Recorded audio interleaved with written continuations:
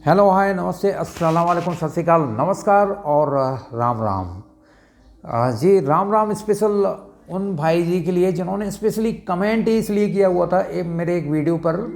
मेरा वीडियो था वो कल्टीवेटर या प्लाऊ हम कब इस्तेमाल करें और हमें क्यों करना चाहिए।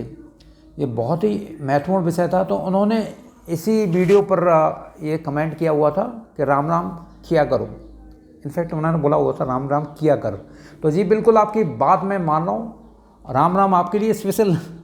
और अगर आप देख रहे हो, आप सुन रहे हो मुझे, तो भाइयों आपका एक बार फिर से स्वागत है यूट्यूब के सबसे सच्चे और ईमानदार चैनल ट्रैक्टर टॉक विद शामेक में, जहां मेरी पूरी कोशिश रहती है आपको वो सारी बातें बताऊं, वो महत्वपूर्ण बातें बताऊं जब आप कोई ट्रैक्टर लेने जा रहे हो या फिर आप कोई इम्प्लीमेंट लेने जा रहे हो और आपको वो मॉडल या प्रोडक्ट या इम्प्लीमेंट बिल्कुल सही तरीके से कैसे सिलेक्ट करना है। ये सारी बातें जो ज़रूरी होती हैं वही मैं आपको यहाँ बताता हूँ।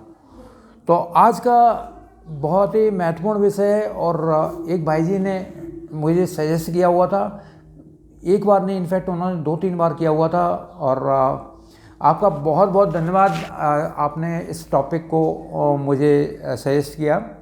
जी हाँ, तो आज का टॉपिक है मैनुअल स्टीयरिंग और पावर स्टीयरिंग के बारे में, या फिर हम मैनुअल स्टीयरिंग जिसे हम मैकेनिकल स्टीयरिंग भी बोल देते हैं और पावर स्टीयरिंग जिसे हम हाइड्रोलिक स्टीयरिंग भी बोल देते हैं। तो वो हमें कौन सी स्टीयरिंग सेलेक्ट करना चाहिए और इनमें बेसिकली अंतर होता क्या है, दोनों में क्या अंतर होता है।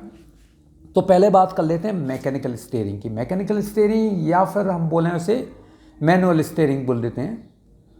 तो इसका जो सिंपल सा फार्मूला रहता है वो ये रहता है, इसमें ये रैक एंड पिनियन अरेंजमेंट रहता है, जिससे आप जब इसे आप घुमाते हैं ना तो वो रैक से आपका होता हुआ फोर्स जो एफर्ट आप लगाते हैं ना वो जाता हुआ सीधा आपके पिनियन तक जाता है और पिनियन फिर जिससे अटैचमेंट रहता है और वो उसको आपके पहियों को स्टीयर करता है। ये रहता है सिंपल सा फॉर्मूला रहता है। ये रहता है आपका मैकेनिकल और या ये से बोलें मैनुअल स्टीयरिंग के लिए। और जहाँ तक पावर स्टीयरिंग में फ़र्क ये रहता है कि आप फोर्स तो लगाते हैं लेकिन आपको फोर्स कम लगाना पड़ता है। वहाँ क्या रहता है कि आपका फोर्स केवल जो हाइड्रोलिक या फिर इलेक्ट्रिक असिस्टेड जो स्टीयरिंग्स रहती हैं, कारों में भी ज़्यादातर इलेक्ट्रिक असिस्टेड होती हैं और ट्रैक्टर्स में ज़्यादातर हाइड्रोलिक असिस्टेड रहती हैं। तो वो हाइड्रोलिक फोर्स आपको मिलता है उससे। अब इससे फ़ायदा ये रहता है कि आपको कम ताकत लगानी पड़ती है।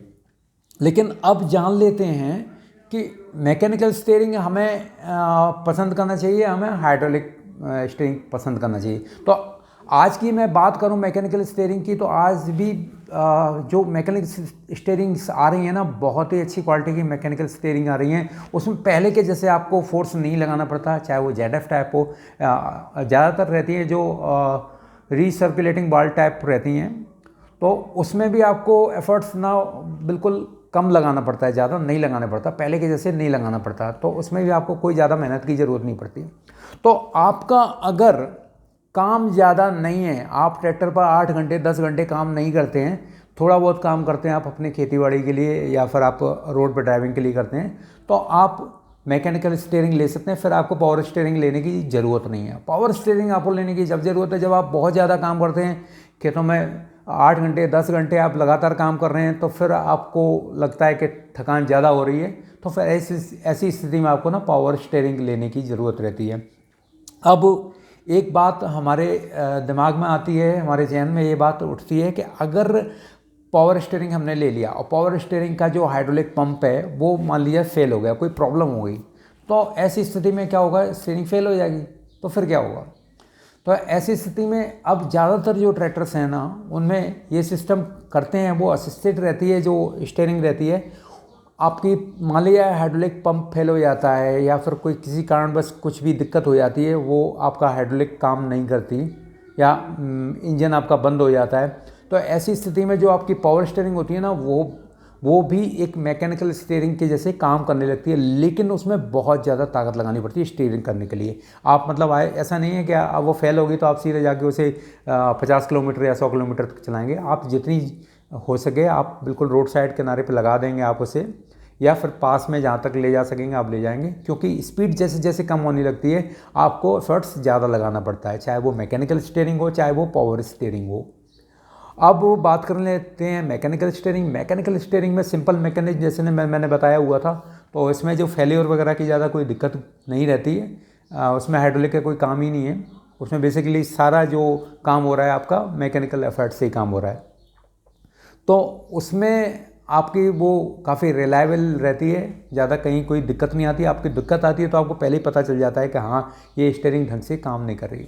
अब बात कर लेते हैं पावर स्टीयरिंग। पावर स्टीयरिंग आपको लेना जब ज़रूरी है, मैंने बताया कि आपको बहुत ज़्यादा काम है, आप बहुत ज़्यादा ट्रैक्टर पर टाइम बिताते हैं, आप 8 से 10 घंटे 12 घंटे काम कर रहे हैं लगातार, तो फिर आपको पावर स्टीयरिंग की ज़रूरत रहती है। अब पावर स्टीयरिंग में भी दो तरह की स्टीयरिंग रहती है, एक रहती है सिंगल एक्टिंग, एक रहती है डबल एक्टिंग।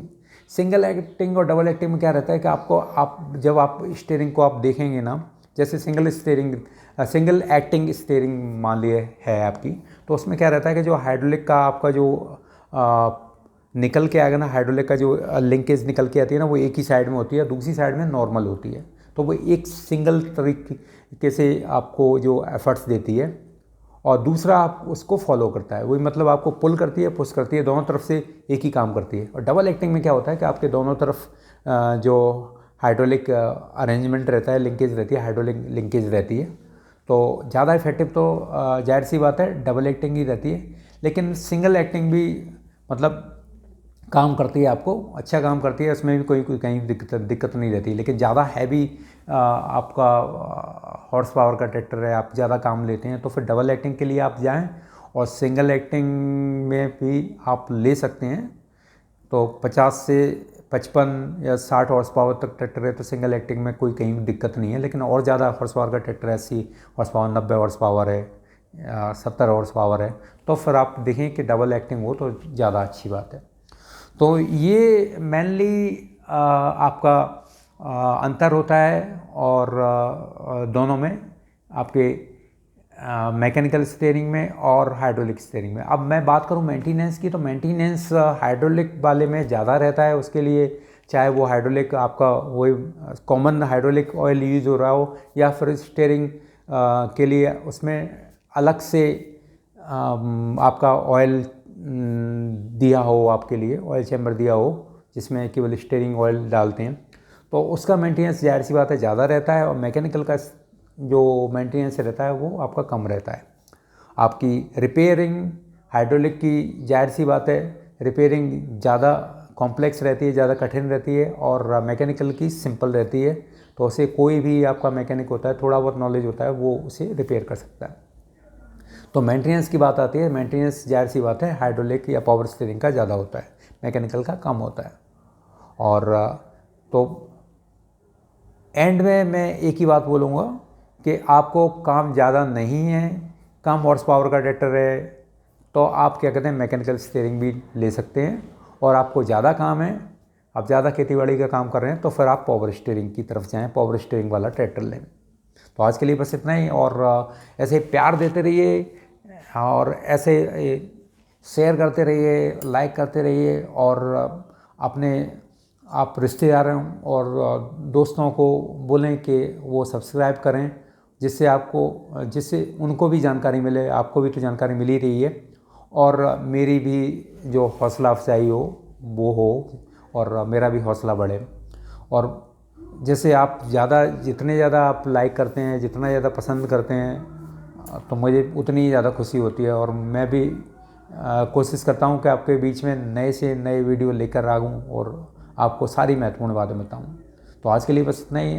जय जवान, जय किसान, जय हिंद, और सारी दुनिया के किसानों को मेरा सत नमन, क्योंकि आपसे ज़्यादा मेहनती तो कोई हो ही नहीं सकता। तो आपको ढेर सारा प्यार, आपसे फिर मिलूँगा अगले वीडियो में।